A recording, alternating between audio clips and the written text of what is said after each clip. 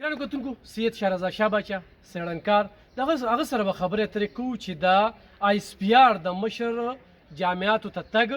بیا دغه سټوډنټانو ته خبرې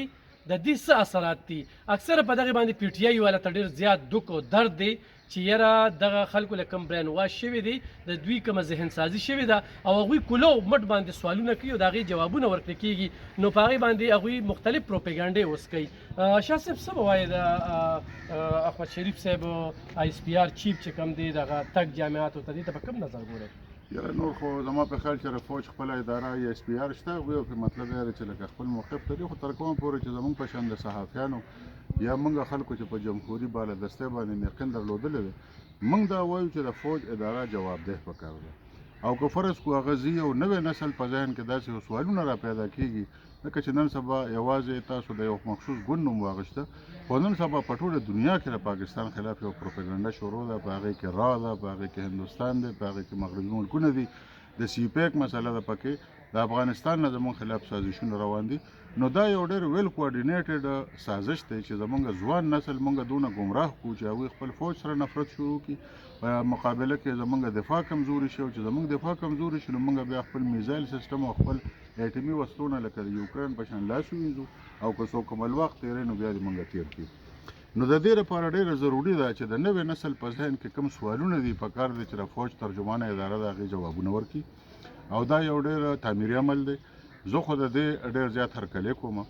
ځکه چې خلک د فوج نه په سوشل میډیا باندې نن سبا سوالونه کوي اوس د هغې جواب به څوک ورکوي د هغې جواب خو چا له ورکول پکار دی او ذمهوار کس له ورکول پکار دی زما او ستا جواب خو څوک نه مني نو که میجر جنرال احمد شریف او لیفټننټ جنرال احمد شریف زی او په خپله هغه د سوالونو جواب ورکوي او قابل اطمینان جواب ورکوي نو زما په نظر باندې خو دا ښه عمل دی او تاسو دې ته مو ګورئ چې نن سبا د پاکستان د سپریم کورټ چیف جسټس یو عمل شروع کړی چې موږ عدالتي اصلاحات کوو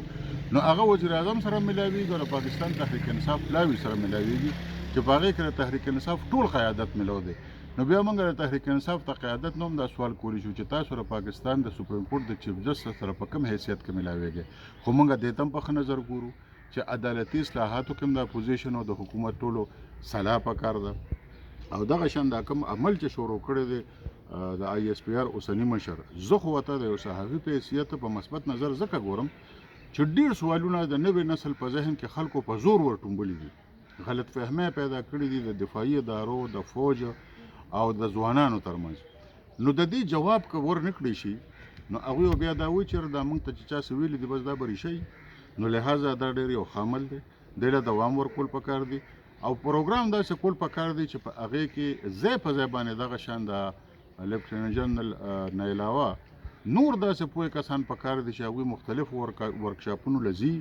او د دې سوالونو جوابونه ورکوي او بالکل قابل اطمینان جوابونه ورکوي دا یو ښه عمل دی. ډېره زیاته مننه کوم ګرانو کتونکو دغه لفظ پوهنتون کې یا په لاهور کې چې کومه احمد شریف صاحب دغه سټوډنټانو ته خطاب کړی دی او د هغوی د سوالونو جواب ورکړي شاه صاحب په ډېرې تفصیلي خبرې اترې وکړې چې دې جواب پکار دی او په دغه شانتې په دلیل باندې ځکه چې دلیل او منطق ختم شوی دی او په سوشل میډیا په بړستونو کې به ناست دي او کامنټس به کوي په خپل ادارو باندې به قسم قسم الزامونه لګوي نو دغه عمل ته دا ښه ویلې کېږي.